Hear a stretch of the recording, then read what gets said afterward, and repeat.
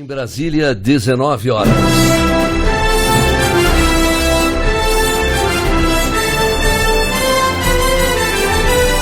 Está no ar a Voz do Brasil. As notícias do governo federal que movimentaram o país no dia de hoje. Olá, boa noite. Boa noite para você que nos acompanha em todo o país. Terça-feira, 4 de abril de 2017. E vamos ao destaque do dia. Presidente Michel Temer sanciona a lei que garante direito de proteção à criança e adolescente vítima de violência. José Luiz Filho. A lei sancionada cria o depoimento especial. As vítimas passam a ser acompanhadas por profissionais especializados em saúde, assistência social e segurança pública. E você também vai ouvir na Voz do Brasil de hoje. A empresários, Temer defende reformas e diz que o Brasil está de volta. Nós estamos voltando a ser um país de oportunidades. Quem aqui investir não se arrependerá. Pode investir que o Brasil, o nosso Brasil, está de volta. E está valendo. O trabalhador já pode fazer empréstimo consignado e oferecer o FGTS como garantia. Natália Kozlik. Mais de 40 milhões de trabalhadores vão poder usar o FGTS como garantia para contratar empréstimos. Na apresentação da Voz do Brasil de hoje, Gláucia Gomes e Ayrton Medeiros. E para assistir a gente ao vivo na internet, basta acessar www.voz.gov.br. O Brasil vai contar agora com mais um reforço na proteção de meninos e meninas em todo o país. É que o presidente Michel Temer sancionou hoje uma lei que cria um sistema de garantias para crianças e adolescentes que sejam testemunhas ou vítimas de violência. O ato ocorreu durante a abertura do Fórum Global da Criança, iniciativa sueca que está sendo realizada pela primeira vez na América do Sul. A lei sancionada pelo presidente Michel Temer nesta terça-feira cria o depoimento especial que assegura à criança e ao adolescente vítima de violência o direito de ser ouvido em local apropriado e acolhedor, com infraestrutura e garantia de privacidade. Uma lei elaborada com a participação e o apoio do Unicef, o Fundo das Nações Unidas para a Infância. A coordenadora do Unicef em São Paulo, Adriana Alvarenga, falou sobre essa conquista. A gente acredita que é um grande avanço para a garantia dos direitos das crianças e dos adolescentes. O Brasil está avançando, a gente ainda tem muita coisa para fazer, mas com certeza estamos avançando. A sanção da lei ocorreu na presença do casal real da Suécia, Rei Carlos XVI Gustavo e Rainha Silvia. Eles criaram há 8 anos o Global Child, que tem o objetivo de promover o direito das crianças. Ao falar aos convidados na abertura do encontro, o rei Carlos XVI Gustavo lembrou a importância de expandir as iniciativas do Global Child para a América Latina, uma região em desenvolvimento que precisa proteger e garantir os direitos das crianças, o que depende de ações de governos, empresas e toda a sociedade. O presidente Michel Temer afirmou que o Brasil começa a sair da pior crise econômica da história, que vitimou principalmente os segmentos mais vulneráveis, como as crianças, e que, por isso, é preciso manter um Estado com as contas em dia que esteja em condições de investir em programas sociais. O presidente disse ainda que, no Brasil, o desenvolvimento da criança e do adolescente tem sido política de Estado. É trajetória que continuamos agora a trilhar com o Criança Feliz, programa que assegurará, ao final de 2018, que mais ou menos 4 milhões de crianças de 0 a 3 anos sejam acompanhadas semanalmente por visitadores. Temer citou avanços que foram conquistados ao longo do tempo, como a redução do trabalho infantil nos últimos 20 anos. Lembrou também que o Brasil está entre os países que mais oferece vacinas de graça, com aproximadamente 300 milhões de doses por ano. Reportagem José Luiz Filho.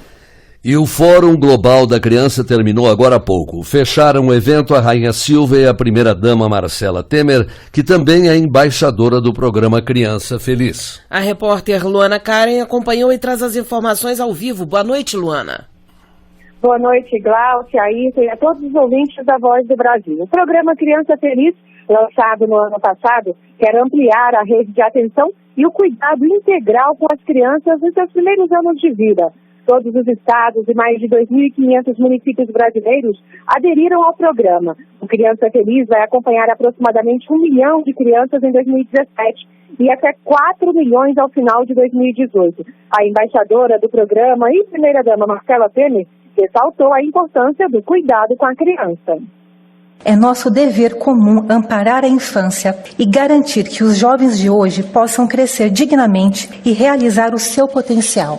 Enquanto houver crianças desassistidas, vítimas da violência, de doenças, da fome, de maus tratos, haverá trabalho urgente a fazer. E esse trabalho não é tarefa apenas de governos, mas de toda a sociedade. Famílias, empresários, trabalhadores, meios de comunicação. A contribuição de todos é indispensável. A rainha Silvia da Suécia, filha de mãe brasileira, saudou a iniciativa do presidente Michel Temer, que na abertura do fórum sancionou lei que reforça os direitos à proteção e o atendimento às crianças e adolescentes vítimas e testemunhas de agressão. Ao vivo, Luana Karen. E mais cedo, a primeira-dama Marcela Temer esteve em um hospital da periferia de São Paulo. A repórter Luana Karen também acompanhou essa visita. Gustavo, de 2 anos, tem refluxo. A mãe, Neide Lu Moreira, fazia o acompanhamento da criança pelo convênio, mas quando perdeu o emprego, teve de buscar uma alternativa e encontrou bem perto de casa, no programa Einstein, em Paraisópolis. Desde a triagem, você vê que o cuidado é muito bom.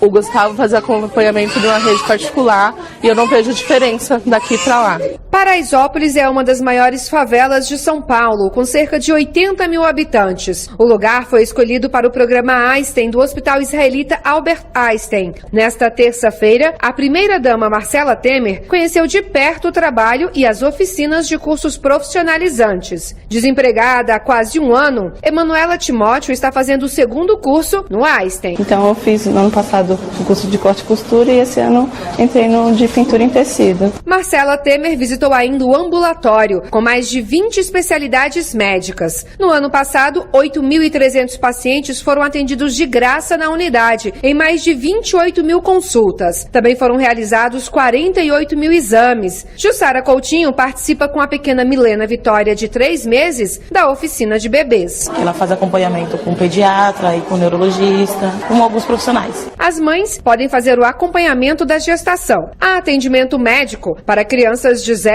a 14 anos. Já as famílias contam com um centro de promoção e assistência social, como explica Thelma Soubó, presidente do voluntariado do Einstein. Sempre o trabalho foi feito em conjunto com a comunidade, nunca foi imposto por nós. O investimento do programa em Paraisópolis ultrapassou 24 milhões de reais no ano passado. Desse total, 18 milhões e 400 mil reais são do Programa de Desenvolvimento do SUS. Reportagem Luana Karen. Ainda em São Paulo, Michel Temer apresentou a investidores nacionais e internacionais as reformas que o governo vem fazendo. O objetivo é equilibrar as contas públicas, recuperar a credibilidade para retomar o crescimento econômico e a geração de empregos. As reformas propostas e realizadas pelo governo federal, como a criação do teto de gastos públicos, a modernização das leis trabalhistas e da Previdência Social, são necessárias. Somado a isso, a política econômica adotada está no caminho certo. Esta é a opinião de Luiz Carlos Trabuco, presidente de um dos maiores bancos do Brasil, que realizou hoje em São Paulo um encontro com a participação de 800 empresários, executivos e investidores. E quais os fatores que a gente sente essa retomada de crescimento? Primeiro, horas trabalhadas. Segundo, aumento do consumo de energia. Terceiro, o aumento de trânsito nas estradas. São fatores que sinalizam que o crescimento está por vir, está chegando. O ministro da Fazenda, Henrique Meirelles, foi um dos palestrantes do fórum e afirmou que o país está saindo da maior recessão da história, situação que vem sendo revertida com as medidas de ajuste das contas adotadas pelo governo há quase 1 ano. Os fundamentos econômicos têm melhorado, a taxa de confiança tem aumentado muito, a produção industrial no dado mês a mês já subiu um pouquinho, vendas de automóveis e de veículos automotores também já cresceu. Resumo, já existem indicadores aí de que o país está crescendo. O governo está comprometido com a redução do papel do Estado e com um ambiente favorável à produção. O presidente Michel Temer explicou aos empresários que a reforma da Previdência é um dos principais alicerces para o equilíbrio fiscal. Temer afirmou que hoje o déficit da Previdência está em 150 bilhões de reais. Isto é, o governo gasta mais para pagar as aposentadorias e pensões do que arrecada com contribuições e impostos na área. O presidente disse que se não houver uma mudança na Previdência, o futuro do país está comprometido. Se nós não reformularmos a previdência no nosso país, nós teremos daqui a 10, 12 anos, quem sabe, verbas apenas para pagar os servidores públicos e a previdência. Nada de programas sociais, nada de investimentos. A reforma é um dever que temos perante todos os brasileiros. Temer aproveitou para convocar os empresários a investir e ajudar o Brasil a voltar a crescer. Nós temos clareza do que deve ser feito e temos coragem, não é? Quase ousadia, para implementar uma agenda de transformação no Brasil. Estamos avançando em várias frentes. O que queremos é um Estado eficiente, moderno, responsável. O presidente afirmou que o empenho do governo em estabilizar as finanças do país colabora com a retomada da confiança de empresários, do mercado internacional e dos consumidores. Além disso, vai provocar a queda ainda maior dos juros, que devem fechar este ano abaixo dos 10%. Reportagem José Luiz Filho. E em conversa com os jornalistas logo após o fórum, o presidente Michel Temer falou da lei de terceirização, aprovada no Congresso Nacional e sancionada por ele na última semana. Temer reforçou que as novas regras não retiram direitos e podem ajudar a criar mais empregos. Tenho certeza que a terceirização vai incentivar o emprego, vai incentivar o trabalho, não tem um prejuízo sequer aos trabalhadores. Se algum dado for apontado, nós temos dito com muita frequência, ainda temos oportunidade de, seja na reforma trabalhista ou por outro meio qualquer, naturalmente consertar esta eventual observação. Porque a última coisa que o governo quer é prejudicar o trabalhador. Ao contrário, quando se pensa na terceirização, no momento de muitos milhões de desempregados, é exatamente para incentivar o emprego. Se houver necessidade, nós faremos. E você sabe o que é terceirização de serviços? Bem, na hora de contratar trabalhadores de áreas como segurança e limpeza, muitas empresas, e inclusive órgãos públicos, recorrem a firmas especializadas. E são essas firmas que contratam os funcionários que vão trabalhar nessas funções. São chamados terceirizados. Nós fomos a uma dessas empresas para saber como a nova lei pode beneficiar a economia e o trabalhador. A nova lei autoriza que uma empresa terceirize tarefas, ou seja, contrate outra companhia para prestar serviços em todas as áreas, inclusive nas chamadas atividades fim. Para Maurício Braunstein, diretor-presidente de uma empresa que oferece mão de obra terceirizada, a regulamentação dá mais segurança jurídica e melhora o ambiente de negócios no país. Quando a gente melhora o ambiente de negócio, a gente precisa produzir. A produção está intimamente ligada à geração de emprego. Desde o momento que você começa a construir a fábrica ao momento que tem que tocar a fábrica. Qualquer tipo de crescimento econômico, você gera emprego. A empresa de Maurício Braunstein tem mais de 1.000 clientes em 12 estados do país e conta com cerca de 12 mil colaboradores, como o Emerson Arevalo, que é vigilante e há 9 anos trabalha como terceirizado. Trabalho há 9 anos na área de terceirizada, todas na área de segurança, e até o momento assim não tive problemas em relação à parte de benefícios assim, também nunca tive problema com relação a salário. A nova lei também estabelece que a empresa contratante deve garantir condições de segurança, higiene e salubridade aos trabalhadores e pode vir a ser responsabilizada por obrigações trabalhistas dos terceirizados. Para a gestora de carreiras, Andréa Deis, as mudanças são importantes para um mercado de trabalho mais dinâmico. Acho que favorece porque abre a oportunidade de outros pequenos empreendedores e empresários atuarem no mercado. As novas regras já estão em vigor e também aumentam o prazo dos contratos temporários para 180 dias, prorrogáveis por mais 90. Reportagem João Pedro Neto. 19h14 em Brasília.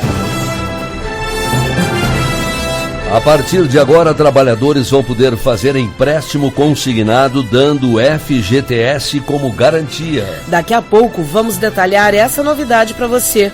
Não saia daí. Defesa do Brasil! Defesa do Brasil! Defesa do Brasil! Proteger as riquezas do país, como a Amazônia, e atuar nas fronteiras contra o tráfico de drogas, armas e o contrabando. Além disso, levar assistência à população. Essas são algumas das missões das Forças Armadas. No quadro Defesa do Brasil de hoje, a repórter Marina Mello vai mostrar uma dessas ações. Um trabalho realizado na fronteira entre o Brasil e a Colômbia e que vai além de defender nosso território.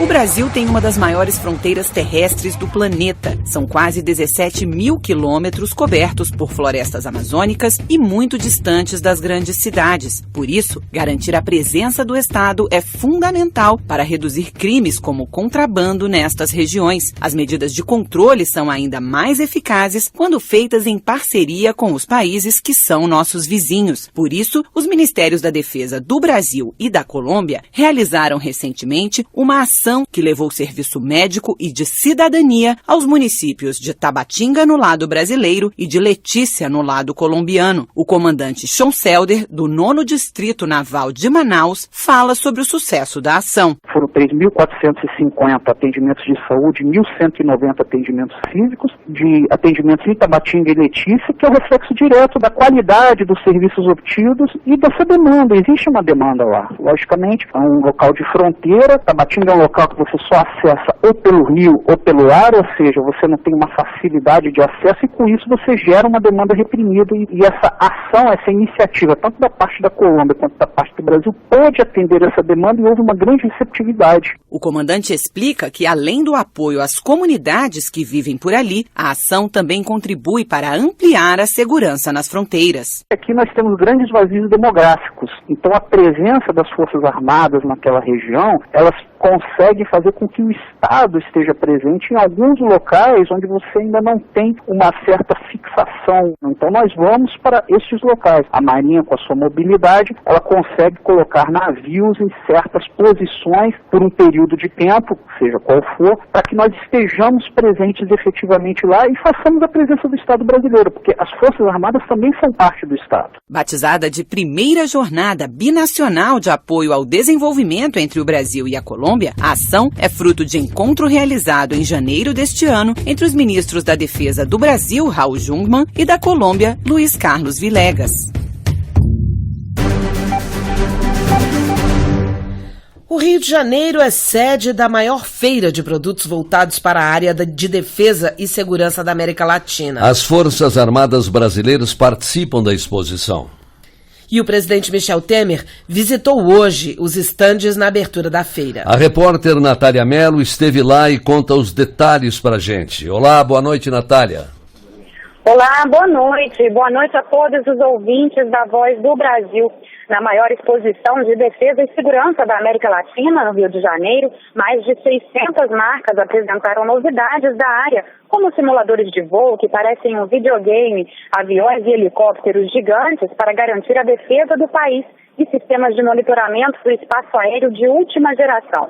As Forças Armadas do Brasil trouxeram para o evento projetos como os caças Gripen, que vão ser produzidos aqui em parceria com uma empresa sueca. E o KC-390, a aeronave militar de carga, a maior produzida no Brasil, que vai operar aqui e na Antártica em operações de desembarque de tropas, transporte de carga, busca e salvamento. O coronel Frederico Júnior, da Força Aérea Brasileira, explicou a importância dos novos projetos. Isso é uma prospecção de futuro, nós estamos pensando nos 100 anos da Força Aérea Brasileira e estamos fazendo as nossas missões de hoje, mas já olhando para o futuro em todas as capacidades que a nossa Força Aérea tem que ter. O presidente Michel Temer visitou a exposição nesta terça-feira e disse que o estande da Embraer, a empresa brasileira de aeronáutica, mostra que a indústria nacional está se desenvolvendo tecnologicamente. Temer falou sobre os benefícios que a realização da Feira de Defesa e Segurança podem trazer para o Brasil. Isso divulga muito o país. Uma feira dessa natureza, realizada aqui no Rio de Janeiro, no Brasil, leva os nossos produtos, inclusive, para conhecimento no exterior. Na abertura da feira, o ministro da Defesa, Raul Jungmann, anunciou medidas para incrementar a base industrial de defesa, como uma linha internacional de crédito criada pelo Ministério da Fazenda e pelo Banco Nacional de Desenvolvimento Econômico e Social, o BNDES, para financiar países que queiram comprar os produtos brasileiros de defesa e segurança. O ministro Raul Jungmann também informou que o Ministério da Defesa receberá este ano recursos de cerca de 5,5 bilhões de reais. Valor que pode ser aumentado com a recuperação de valores que foram contingenciados. Ao vivo do Rio de Janeiro, Natália Mello. Em 4 dias de atuação, A Operação Rastilho 3, coordenada pelo Exército, fiscalizou mais de 250 empresas cadastradas para o uso de material explosivo. 51 foram autuadas em uma ação que contou com militares de órgãos federais e estaduais de 13 estados. Na fiscalização, os agentes verificam se empresas autorizadas a trabalhar com produtos explosivos estão atuando dentro da legislação para evitar desvios no uso desse material. Segundo o Exército, como resultado dessas operações, foi verificada uma redução de 30% nos crimes com o uso de explosivos no Brasil entre 2015 e 2016. 19h21 em Brasília. Agora está valendo. Trabalhadores vão poder usar o FGTS como garantia para contratar empréstimos consignados. Os bancos já podem começar a firmar convênios com as empresas para que seus trabalhadores tenham acesso a essa nova linha de crédito. A partir de agora, os trabalhadores vão poder usar o FGTS, Fundo de Garantia por Tempo de Serviço, como garantia para contratar empréstimos consignados, que são aqueles descontados direto da folha de pagamento ou do benefício previdenciário do trabalhador. Essa nova linha de crédito vai permitir a contratação de empréstimos com prazo de até 48 meses e juros mais baixos, como explica o secretário executivo do Conselho Curador do FGTS, Bolivar Moura Neto. A taxa de juro máxima que foi estabelecida pelo Conselho Curador foi 3,5%, também com um prazo mais longo. Atualmente, trabalhadores da iniciativa privada respondem por mais de 18 bilhões de reais contratados em consignados. Já entre os servidores públicos, o volume contratado chega a 167 bilhões de reais. E a expectativa é de que o uso do FGTS faça crescer o número de operações. A medida também é vantajosa para os bancos e instituições financeiras, de acordo com o secretário Bolivar Moura Neto. Em caso do trabalhador ser demitido, a Caixa, que é o agente operador do FGTS, ela vai reter uma parte do FGTS para pagamento do empréstimo. O trabalhador que quiser contratar empréstimo utilizando o FGTS deve procurar a empresa onde trabalha e se informar sobre os bancos conveniados. Vale destacar que não vai haver nenhum prejuízo no saque do FGTS para outras finalidades, como a compra da casa própria. Reportagem Natália Kozlik.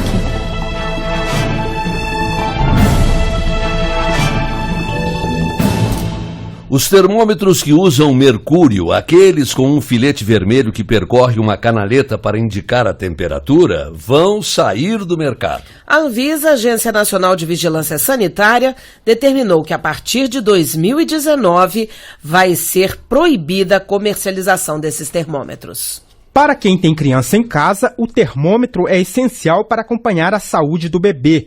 É o caso da economista Clarissa Ludovico, moradora de Brasília, que se preocupa com a temperatura do corpo da filha recém-nascida. Para medir a temperatura de criança, a gente geralmente quer uma coisa mais rápida, porque a gente fica meio desesperado, né, em casa. Aí eu fico usando de 10 em 10 minutos para controlar. Os modelos antigos dos termômetros utilizam coluna de mercúrio na fabricação, o que pode trazer risco para as pessoas em caso de acidente, como explica o pediatra Antônio Ronaldo Rodrigues.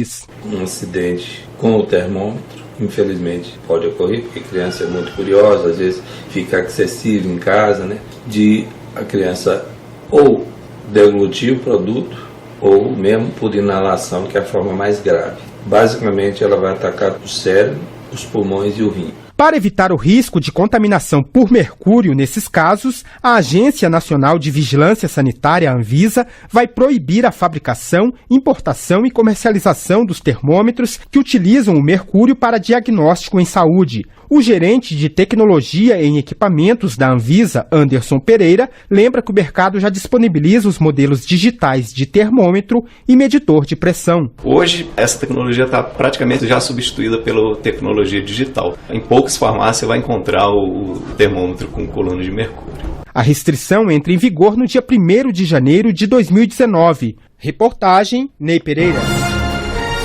E essas foram as notícias do governo federal. Uma realização da Secretaria de Comunicação Social da Presidência da República. Com produção da Empresa Brasil de Comunicação. Fique agora com as notícias do Poder Judiciário e do Congresso Nacional. Boa noite. Boa noite para você e até amanhã. Brasil. Ordem e progresso. Você vai ouvir agora notícias do Poder Judiciário. Supremo Tribunal Federal julga deputado acusado de participar de suposta corrupção em compra de ambulâncias e materiais hospitalares. Tribunal Superior Eleitoral decide ouvir mais testemunhas na ação que pede cassação da chapa Dilma Temer. A empresa é condenada por obrigar trabalhador a participar de dança de grito de guerra. Agora em Brasília, 7h25. Boa noite, eu sou Uliana Gomes. E eu sou o Arthur Filho.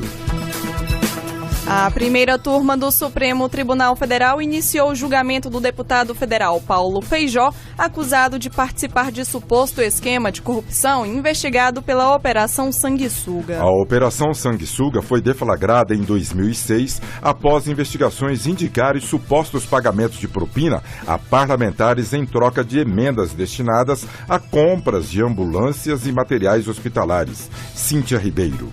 O deputado Paulo Feijó é acusado pelo Ministério Público Federal de receber propina para apresentar emendas parlamentares que liberaram dinheiro para prefeituras do estado do Rio de Janeiro fraudarem licitações que beneficiaram empresas. Os crimes teriam ocorrido entre 2001 e 2003, durante um mandato anterior de Paulo Feijó. A defesa pediu a absolvição do parlamentar, alegando falta de provas, mas a relatora, ministra Rosa Weber, ressaltou que depoimentos de testemunhas e documentos revelaram transferência de dinheiro para Paulo Feijó por meio de contas bancárias de assessores.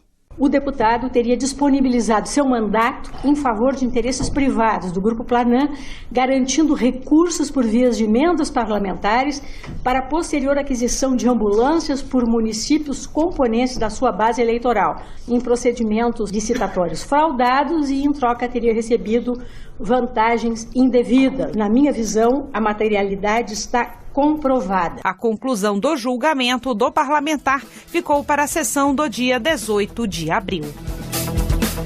O plenário do Tribunal Superior Eleitoral decidiu ouvir novas testemunhas na ação de investigação judicial eleitoral que pede a cassação da chapa Dilma Temer. Os ministros também decidiram que a defesa tem um prazo de 5 dias após a audição das testemunhas para apresentar as alegações finais. As decisões do TSE nessas questões de ordem antes do julgamento foram tomadas para o bom encaminhamento do processo.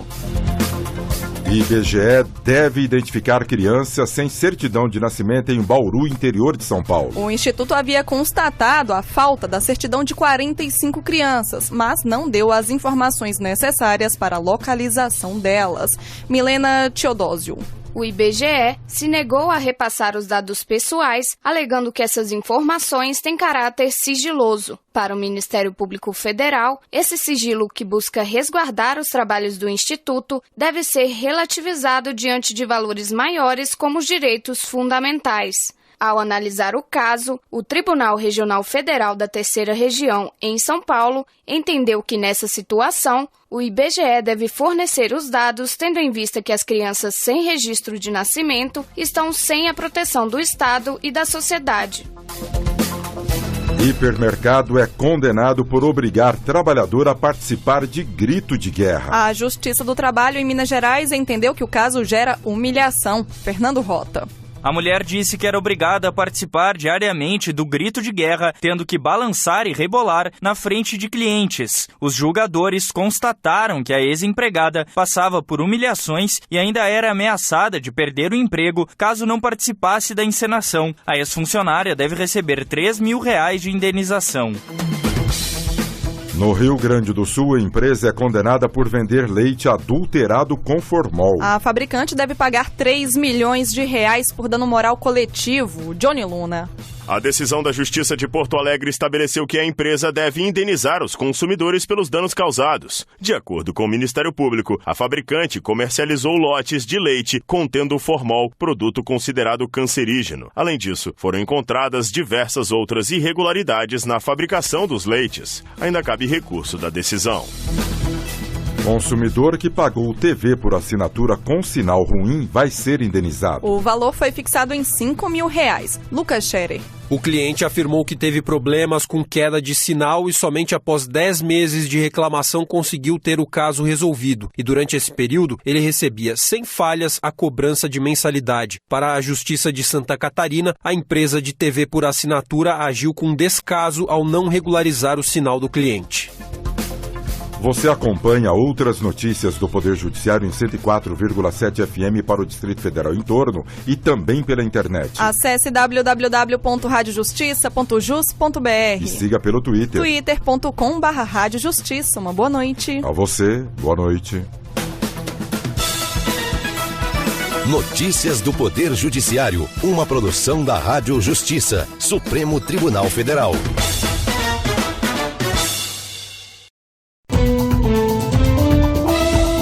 Está no ar, o Jornal do Senado.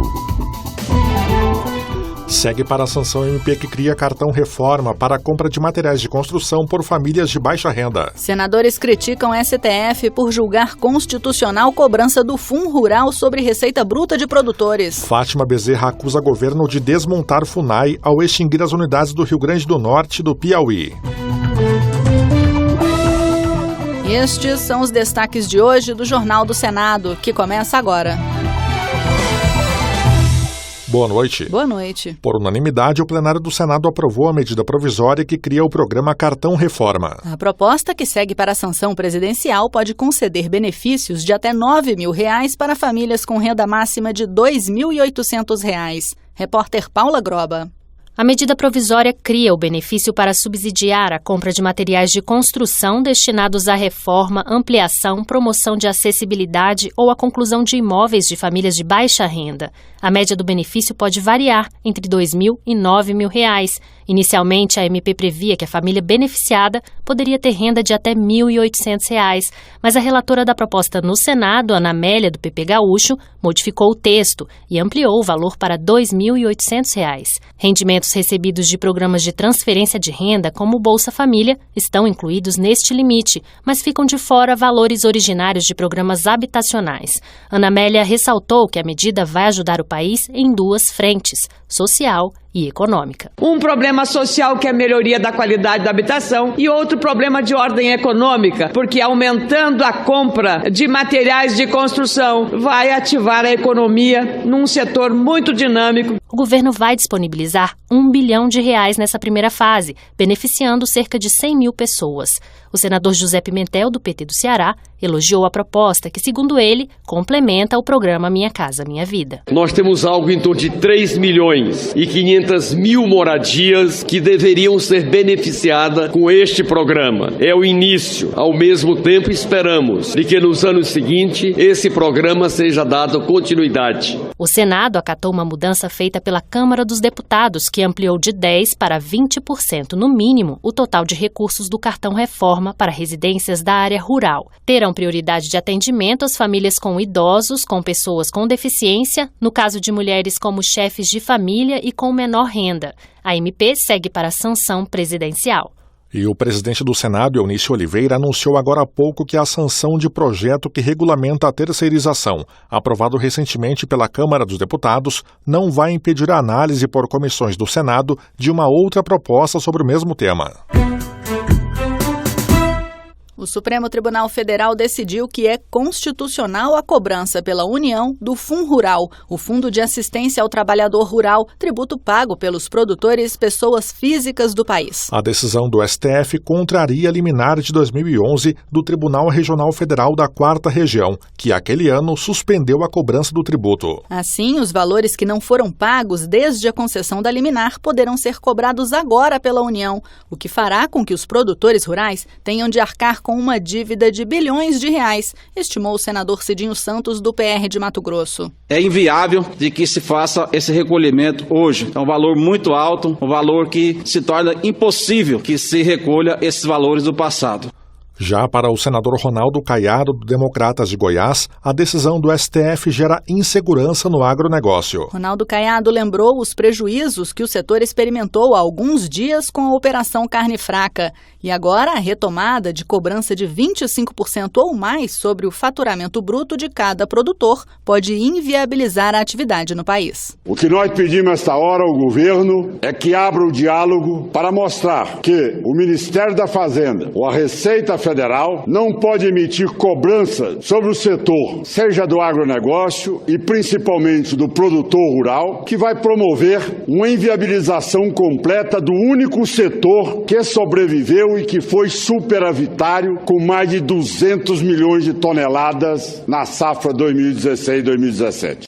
E a senadora Fátima Bezerra, do PT, registrou a insatisfação de índios contra decreto do governo federal que extinguiu as unidades da FUNAI no Rio Grande do Norte, no Piauí. Segundo ela, a medida tem o objetivo de desmontar a FUNAI e acabar com a política indigenista, sem consulta à população interessada nem debate com os servidores e a comunidade. Fátima Bezerra disse que vai solicitar uma audiência com o presidente da FUNAI, Antônio Fernandes Toninho Costa, para tratar do assunto.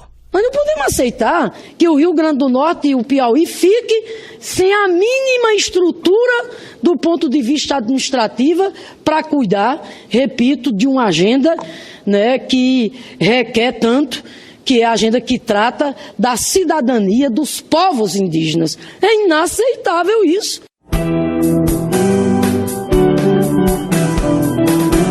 O senador Álvaro Dias, do PV do Paraná, elogiou o modelo prisional da Associação de Proteção e Assistência aos Condenados, APAC, que compatibiliza a economia de dinheiro com eficiência e ressocialização de detentos. Lançado na última sexta-feira no município paranaense de Cascavel, o modelo da APAC já é adotado em outras 26 cidades do estado. Álvaro Dias explicou que, além de reduzir de 4 para 1 salário mínimo o gasto médio com um detento, ele apresenta índice médio de 85% de ressocialização dos condenados, disse o senador. No município de Barracão, onde o modelo da APAC já foi adotado, o índice de recuperação de detentos chegou a 95%, acrescentou o senador.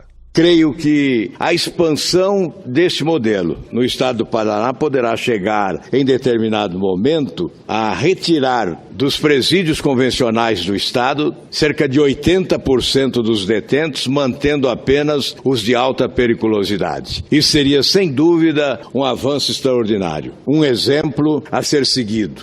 Preocupada com os prejuízos que os mais pobres terão com a reforma da Previdência, a senadora Lúcia Vânia, do PSB de Goiás, defendeu mudanças nos trechos da proposta relativos à concessão do benefício de prestação continuada. Segundo a senadora, a proposta desvincula do salário mínimo o valor do benefício e eleva para 70 anos a idade para ter direito à prestação continuada. Lúcia Vânia entende que essas medidas podem reduzir a eficiência do programa, além de ser cruel e cega diante das necessidades do povo. Ela lembrou que o benefício constitui renda indispensável para quase 4,5 milhões de pessoas e alivia a pobreza da parcela mais vulnerável da população brasileira.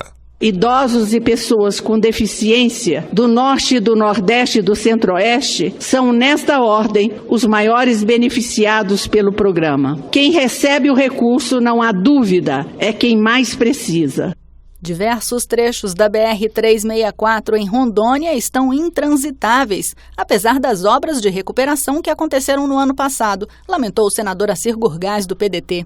Ao informar que essa é a única rodovia federal que corta Rondônia, Assir Gurgás lembrou que a via não é essencial apenas para a população, mas vital para o escoamento da produção estadual. O senador percorreu alguns trechos da estrada e disse que os mais danificados são os que passam por Pimenta Bueno, Alta Floresta, Ji-Paraná e Jaru. Além disso, o trevo de acesso a Ariquemes está, segundo Assir, intransitável. Entre Ji-Paraná, Ouro Preto e Jaru está um desastre, não dá para andar. É um problema seríssimo, um buraco atrás do outro e buraco no acostamento esperando espaço para entrar na BR. No trevo de Ariquemes está praticamente intransitável, daqui a pouco vai interditar o trânsito na BR-364. A senadora Ângela Portela, do PT, disse estar decepcionada com a exclusão de Roraima do pacote do governo de investimentos em rede de transmissão de energia elétrica em 17 estados, anunciado em março. Segundo Ângela Portela, já são 5 anos de atraso na conclusão da obra que vai interligar Roraima ao Sistema Elétrico Nacional e, ao que parece, os moradores do estado continuarão sofrendo com o modelo atual, enfatizou a senadora. É condenar Roraima a permanecer com energia cara e ruim. É condenar Roraima a conviver com energia de origem termoelétrica dispendiosa, poluidora e sujeita a oscilações radicais. É condenar Roraima, seu povo e seu empresariado a limitações históricas de qualidade de vida e de possibilidade de investimento. Onde já se viu lançar um programa dessa dimensão, atingindo tantos estados e o único estado da federação que não está interligado ficar fora. Jornal do Senado. Apresentação Raquel Teixeira e Tiago Medeiros. Áudio Antônio Carlos Soares. O Jornal do Senado fica por aqui. Acompanhe agora as notícias da Câmara dos Deputados. Boa noite. Boa noite.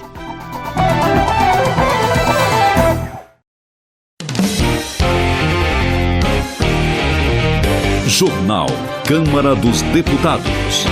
Rodrigo Maia quer votar reforma política ainda neste semestre. Debatedores defendem projeto que cria a polícia penitenciária. Partidos de oposição questionam no Supremo a lei da terceirização. Boa noite.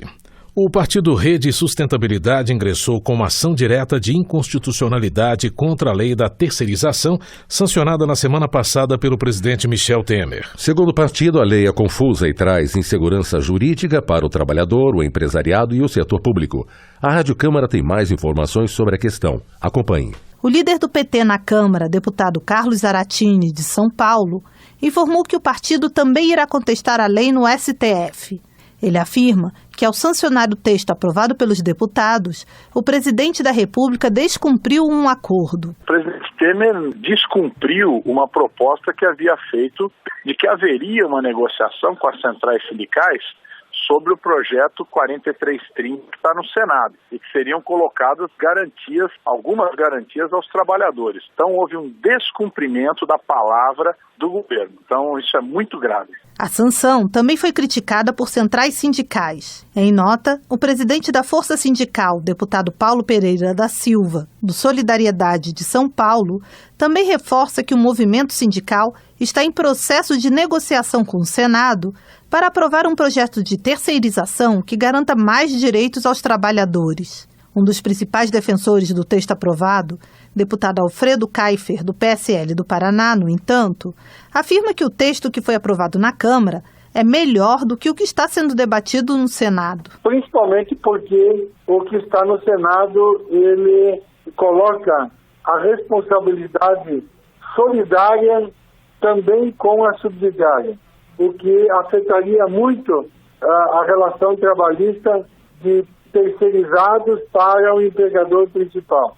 Com a aprovação somente com a responsabilidade subsidiária, isso ajudou muito o projeto. Então, estou absolutamente convencido que nós vamos melhorar a empregabilidade, nós vamos ganhar produtividade no Brasil, enfim, será um grande avanço na relação trabalhista que nós temos hoje dentro dessa complicada consolidação das leis trabalhistas. A lei da terceirização, aprovada na Câmara no dia 22 de março, gerou debates acalorados no plenário durante a votação e várias manifestações de parlamentares e sindicatos contrários à proposta. A nova legislação garante a possibilidade de as empresas terceirizarem sua atividade principal sem restrições, inclusive na administração pública.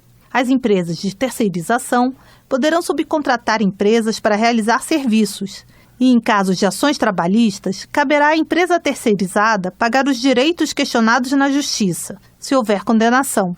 Apenas se ela não tiver bens suficientes, a contratante do serviço poderá ser acionada para pagar os direitos trabalhistas contestados na Justiça. O texto foi sancionado com 3 vetos, mas o deputado Alfredo Kaifer avalia que eles não alteram a essência do projeto. O principal trecho vetado por Temer permitia a extensão do prazo de 270 dias dos contratos temporários ou de experiência, Segundo o governo, isso abriria a possibilidade de prorrogações indefinidas do contrato temporário. Os outros vetos, segundo a justificativa, são relativos a trechos que já repetiam itens da Constituição. Com a colaboração de Ana Raquel Macedo, da Rádio Câmara de Brasília, Mônica Tati. Agricultura. Valdir Colato, do PMDB de Santa Catarina, questiona a decisão do Supremo Tribunal Federal que reconheceu a constitucionalidade da contribuição do empregador rural como pessoa física ao Fundo de Assistência ao Trabalhador Rural, o FUNRural. Para ele, a decisão cria insegurança jurídica. O deputado argumenta que haverá uma bitributação, porque atualmente o agricultor empregador já desconta na folha o INSS e o FUNRural dos empregados. Portanto, para ele não faz sentido que o agricultor pague novamente a contribuição. Valdir Colato lembra que o assunto é discutido há mais de 10 anos e que outras decisões na Justiça foram contrárias ao entendimento do Supremo. Economia. Para Harold de Oliveira, do PSC do Rio de Janeiro, é preciso debater com urgência uma possível privatização da Empresa Brasileira de Correios e Telégrafos. Ele lembra que os prejuízos na organização já chegam a 2 bilhões por ano. Esses números, avalia o deputado, indicam que a instituição precisa de subsídios do governo, o que para ele prejudica o orçamento público. Harold de Oliveira defende a privatização dos Correios, argumentando que a empresa está ultrapassada pelas novas plataformas tecnológicas e, por isso, necessita de uma gestão privada por sua relevância social. A empresa Furnas Centrais Elétricas completa 60 anos e está presente em 15 estados e no Distrito Federal. Newton Cardoso Júnior, do PMDB de Minas Gerais, destaca que a empresa é responsável pela expansão do setor elétrico nacional, com 20 usinas hidrelétricas, 2 termoelétricas e 3 parques eólicos. Ele salienta que as usinas em Minas Gerais correspondem a 80% da geração de energia que o grupo realiza. Segundo Newton Cardoso Júnior, Furnas é a pioneira nas bases que asseguram o desenvolvimento sustentável com energia limpa e renovável. Norma Ayub, do Democratas, relata que entregou na última semana um dossiê ao juiz federal Sérgio Moro, responsável pelas ações da Operação Lava Jato, com denúncias sobre a sonegação fiscal por empresas ligadas à cadeia do petróleo que opera no Espírito Santo. Segundo a deputada, os documentos foram elaborados a partir da conclusão dos trabalhos da CPI da sonegação e também da Operação Derrama, deflagrada pela Polícia Civil e pelo Ministério Público Capixaba em 2012. Norma Ayub avalia que o material pode colaborar com as investigações. Desenvolvimento regional. A Feira Tecnológica Campus Party será realizada pela primeira vez em Salvador em agosto. Bebeto, do PSB, ressalta que o evento trará resultados positivos para a Bahia. O evento terá palestras, workshops, apresentação de projetos, maratona de negócios e outras atividades. Segundo o deputado, a feira deverá proporcionar cerca de 250 horas de atrações ao público. Vicentim Júnior, do PR, faz um balanço de seu primeiro mandato como deputado federal. Ele informa que, por meio de emendas parlamentares e outras ações, beneficiou 89 municípios do Tocantins. Entre as principais conquistas, ele destaca avanços principalmente na infraestrutura do Estado. O Partido da República nos deu a missão honrosa de poder representá-lo na Comissão Mista de Orçamento e ali nos permitiu dar segurança orçamentária a obras importantíssimas que traçam o eixo norte e sul do meu estado. Quando aqui falo da Belém-Brasília, BR-153, quando falo da BR-010, aonde nos permitiu colocar 15 milhões de reais de orçamento suplementar, me permitiu colocar mais 20 milhões de reais na BR-242. Essa semana, por exemplo, a tão sonhada Ponte de Xambioá, hoje foi pedido o empenho do DENIT Tocantins, do DENIT Brasília, e esse empenho deve sair hoje ainda à noite. Vicentinho Júnior destaca que também priorizou a segurança pública. Segundo o deputado, a bancada do Tocantins destinou em 2017 emendas de 84 milhões de reais para o combate à criminalidade. Ele registra que esses avanços só foram possíveis graças ao trabalho em conjunto de senadores, deputados federais e o governo estadual. Julião Amin, do PDT, elogiou o trabalho realizado pela administração do Maranhão, que, segundo o deputado, criou diversos programas sociais que visam melhorar melhorar a vida da população. Entre eles, o congressista informou que o programa Mais EDH beneficia mais de 2.000 famílias de 30 municípios com menor índice de desenvolvimento humano. Ele acrescentou o empenho do governo em melhorar a educação. O governador criou o programa Escola Digna, e que tem sido um grande avanço na educação do nosso estado, é uma revolução reconhecida e aplaudida por toda a sociedade, e que o governador, até o final do ano, vai entregar 570 escolas reformadas, totalmente reconstruídas, e outras 300 novas construções até o final de 2018, substituindo escolas de taipas. A partir de 1º de maio deste ano, o professor, 40 horas aulas, vai receber o maior salário deste país. Isso mostra realmente o compromisso do governador com a educação. Em seu discurso no plenário, Julião Amin também analisou os efeitos das reformas trabalhista e previdenciária. Em seu entendimento, é preciso fazer uma reflexão profunda sobre os dois temas para não retirar direitos dos trabalhadores, especialmente dos rurais e dos policiais. Bom Gás, do PT do Rio Grande do Sul, voltou a criticar a proposta de reforma da Previdência. Ele considera um equívoco as mudanças relacionadas à mulher, tanto do campo quanto da área urbana. Para o parlamentar, a medida também afeta os trabalhadores rurais, os professores, os que atuam na segurança pública e os jovens. Cabo Sabino, do PR do Ceará, avalia que a Polícia Rodoviária Federal e a Polícia Federal devem ter tratamento diferenciado na reforma da Previdência. Segundo ele, os policiais rodoviários chegam a trabalhar por 24 horas sem parar, além de ser uma polícia atuante no combate à pedofilia, à prostituição e até mesmo ao crime florestal. Ele ressalta que a Polícia Federal também precisa ser valorizada pelo trabalho exercido. Cabo Sabino faz um apelo para que o relator da reforma da Previdência tenha a sensibilidade de ver as especificidades dessas profissões ao tratar do tempo de aposentadoria e contribuição. Segurança Pública.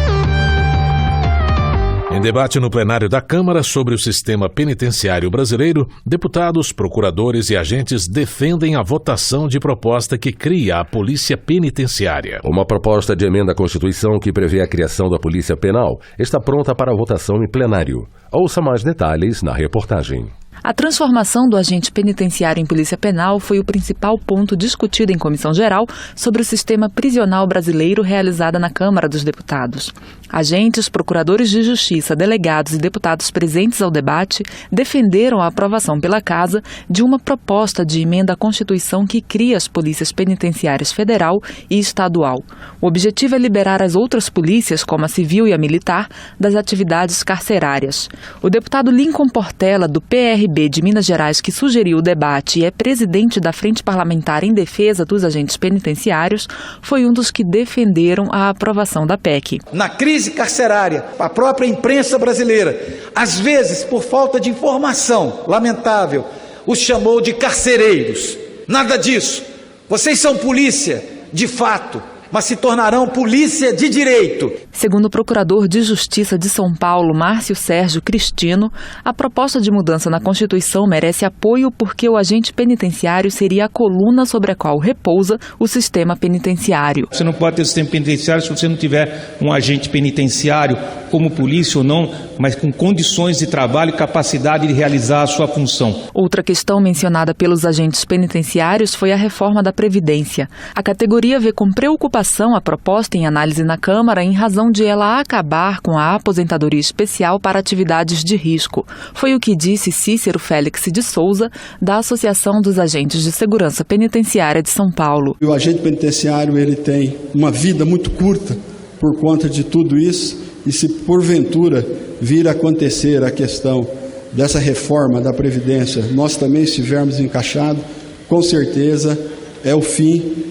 para nós, os agentes de segurança penitenciária. A proposta que cria a Polícia Penal está pronta para a pauta do plenário. Da Rádio Câmara de Brasília, Noélio Nobre. Delegado Edson Moreira, do PR de Minas Gerais, defende a revisão do Código Penal.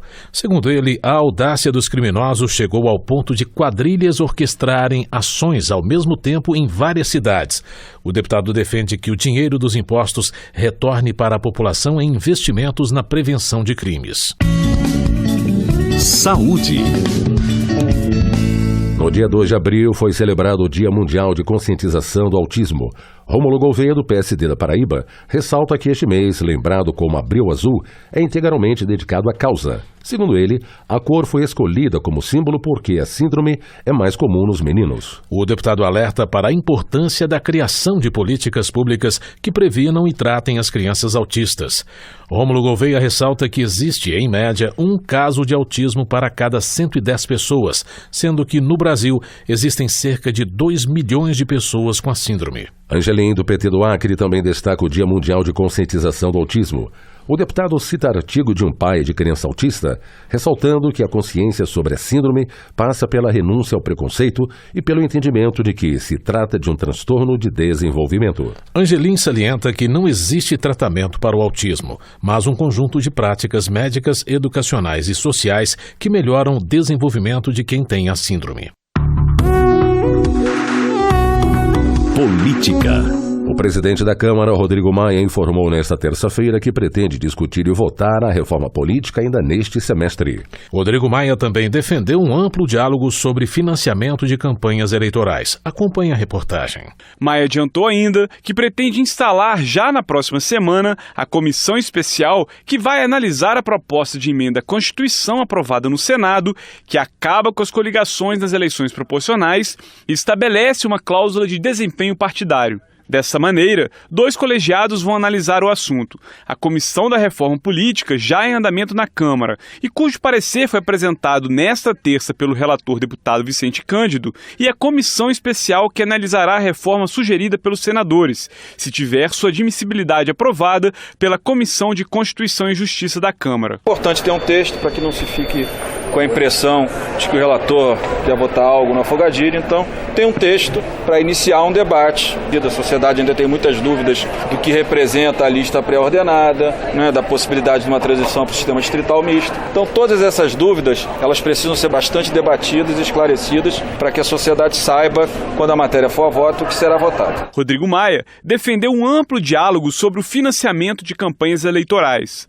Para ele, é importante avaliar todas as possibilidades para garantir um financiamento mínimo para as eleições. É importante discutir todas as possibilidades, entendendo como o financiamento se encaixa para garantir transparência e garantir um financiamento mínimo para as eleições. Então acho que nós vamos fazer com calma. Acho que o financiamento é um tema também que gera polêmica, mas é importante o que vai ficar no lugar do financiamento pessoa jurídica, porque as eleições gerais, elas custam, a democracia tem o seu custo e a gente precisa fazer esse debate para dizer quantos % do financiamento será público, quantos % vai ter que se buscar financiamento na pessoa física, e acho que também vai ser um desafio para os políticos, já que não há pessoa jurídica, atrair o maior número possível de pessoas da sociedade para que possam colaborar com o processo eleitoral no Brasil. Sobre a alteração do atual sistema proporcional de voto aberto, Maia explicou que é importante ter tempo para convencer os parlamentares que é preciso mudar para um dos sistemas consolidados nas grandes democracias do mundo, como sistemas distrital puro, misto ou proporcional em lista pré-ordenada. Da Rádio Câmara de Brasília, Luiz Gustavo Xavier. Emenda de Henrique Fontana, do PT do Rio Grande do Sul, a proposta de reforma política sugere que 120 dias antes da eleição, o eleitor decida pelo voto quais serão os candidatos indicados nas listas fechadas dos partidos. Por meio dessa decisão, segundo o parlamentar, o eleitor será o real responsável por ordenar a lista das legendas. Henrique Fontana enfatiza que qualquer sistema proposto para que apenas os partidos definam suas listas não terá apoio da sociedade. Na sua opinião, são os eleitores que devem escolher seus representantes em cada partido. Heráclito Fortes, do PSB do Piauí, considera que a reforma política é essencial para o país. No entanto, ele é contra a proposta que estabelece o sistema de lista fechada, em que os eleitores votam em candidatos pré-definidos pelos partidos e não diretamente nos candidatos. Segundo Heráclito Fortes, o voto em lista é um instrumento que beneficia apenas os donos de partidos e seus aliados. Para ele, o método mais justo é o voto majoritário, no qual os candidatos mais votados são eleitos. Josi Nunes, do PMDB, demonstra indignação com a postura de alguns líderes políticos do Tocantins, que, segundo ela, se elegeram apoiando o governo local, mas depois mudaram de lado, chegando até mesmo a trocar de legenda. Para a deputada, esses políticos jogam com os eleitores e não se preocupam em buscar soluções para os problemas do Estado. Ela critica posturas demagógicas e populistas, enquanto a população tocantinense vive problemas reais. Josi Nunes elogia o governo estadual que, em sua avaliação, consegue manter ações em áreas como da saúde, mesmo diante da crise pela qual atravessa o país. Valmir Assunção, do PT, acusa o político da Bahia de tentar prejudicar uma comunidade de trabalhadores sem terra em Porto Seguro, com o objetivo de fazer especulação imobiliária. Segundo o deputado, o político busca na justiça desabrigar cerca de 600 famílias que moram no local há 20 anos.